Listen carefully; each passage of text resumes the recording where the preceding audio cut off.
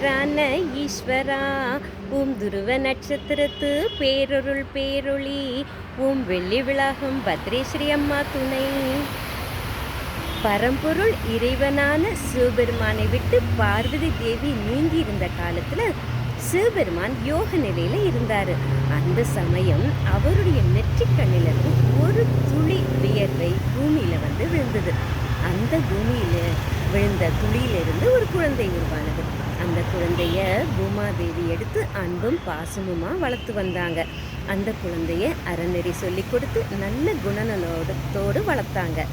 அந்த குழந்தை வளர்ந்து இளைஞனாகியது. அந்த குழந்தை தான் அங்காரகன்.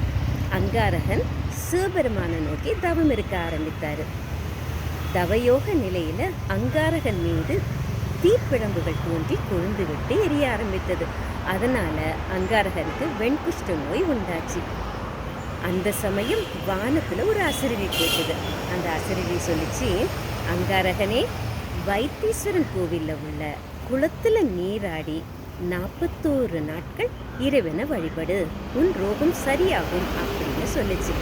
அந்த அசரீரி சொன்னதுக்கு ஒரு காரணம் உண்டு. அது என்னன்னா, புராண காலத்துல பல சித்தர்கள் இந்த ஸ்தலத்து இறைவனை அமிர்தத்தால அபிஷேகம் செய்து பல வரங்கள் பெற்றிருக்காங்க. அப்படி அபிஷேகம் செய்யும் போது வழிந்தோடிய அமிர்தம் இந்த குளத்துல வந்து கலந்திருக்கு.